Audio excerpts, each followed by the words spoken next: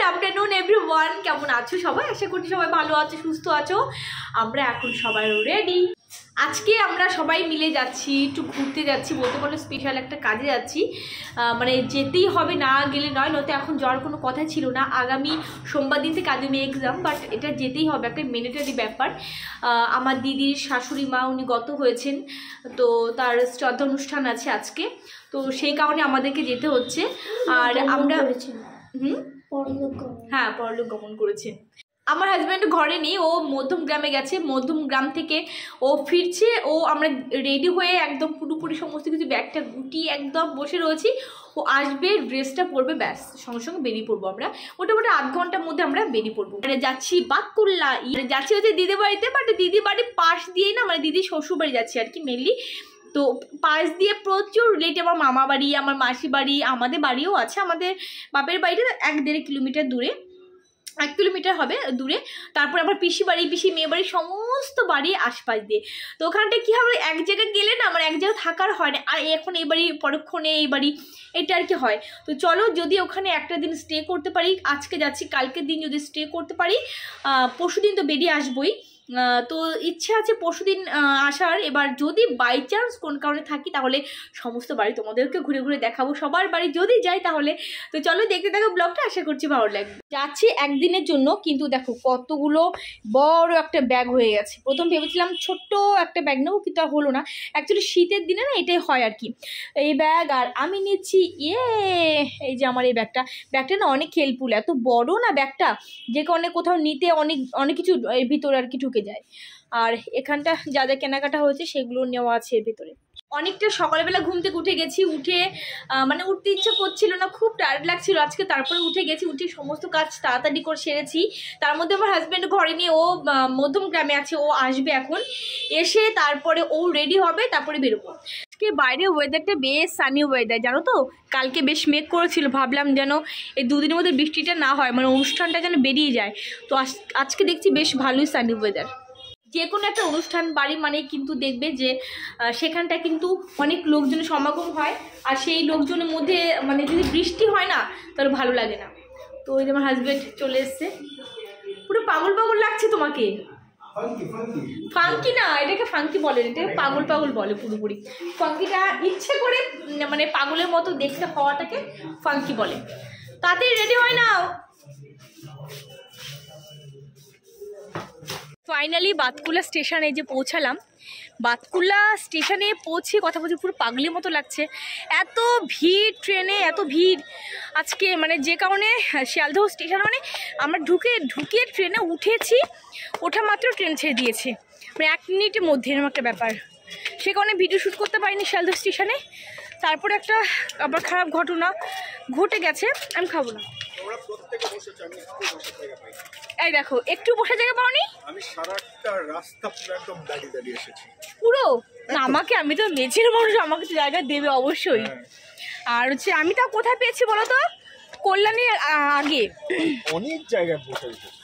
হ্যাঁ অনেক, আমি পরে বলেছিলাম যে উঠে যাই, তারপর ওনারা উঠতে দিলেন না। তারপরে বাসে বসে আমার 300 টাকা গায়েব হয়ে গেছে আজকে।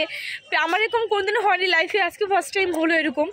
ব্যাগের চেন খুলে পুরো ফাঁকা বাস ছিল, মোটামুটি 300 টাকা গায়েব হয়ে গেল।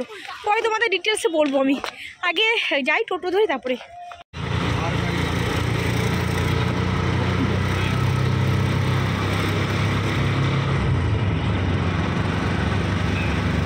দেখতে দেখতে আমরা টোটোতে করে পৌঁছে গেছি এখন দিদির বাড়িতে, মানে দিদির শ্বশুরবাড়ি আর কি। তো যাই হোক, এখানটা পৌঁছে দেখি যে আগামীকাল যেহেতু মৎস্যমুখ, সেহেতু আগের দিনই সমস্ত কিছু জোগাড় যন্ত্র করে রাখা, তো সেটাই হচ্ছে আর কি। আর আমি সেরকম করে ভিডিও ক্লিপস আমি তুলিনি, বা তোলাটাও ঠিক হবে না, তো একটুখানি তোমাদের সঙ্গে শেয়ার করলাম যে এইগুলো আগের দিন রাত্রেবেলায় তোড়জোড় চলছে আর কি। পরের দিন যেহেতু গ্রামের দিকে কী হয়, দুপুরবেলাতেই মৎস্যমুখী অনুষ্ঠানটা হয়। তো ঘরে বসলাম, একটু রেস্ট নিলাম। রেস্ট নেওয়ার পর বুঝতে পারছো রামায়ণ গান শুরু হবে, সে কারণে তিলক পড়তে হলো।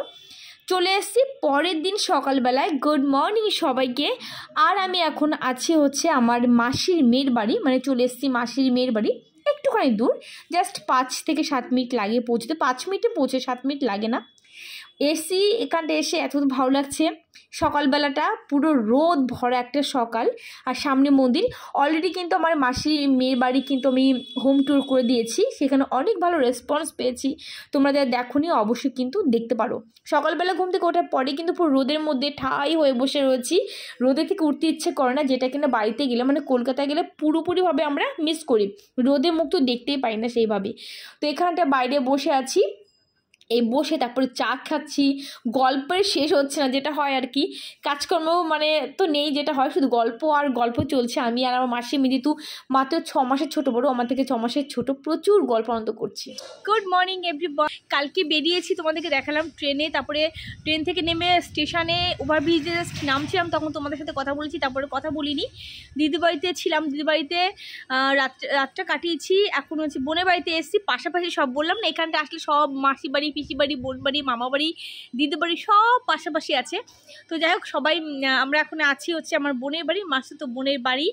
আর এই বোনের বাড়ি এর আগেও একবার এসে, একবার না বেশ কয়েকবার এসে কিন্তু ভিডিও করে গেছি অলরেডি, কিন্তু এই বোনের বাড়ি হোম ট্যুর কিন্তু আছে।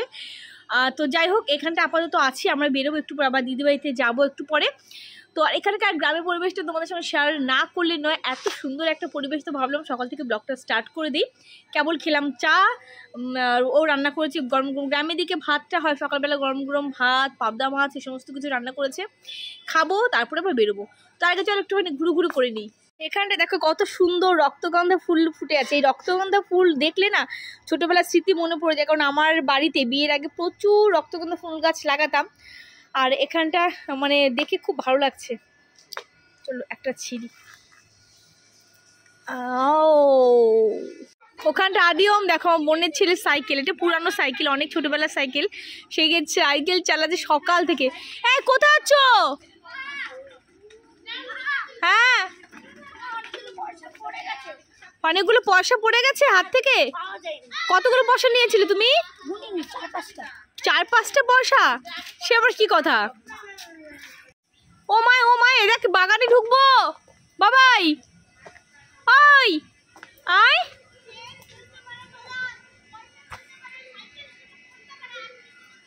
তুই চলে আয়।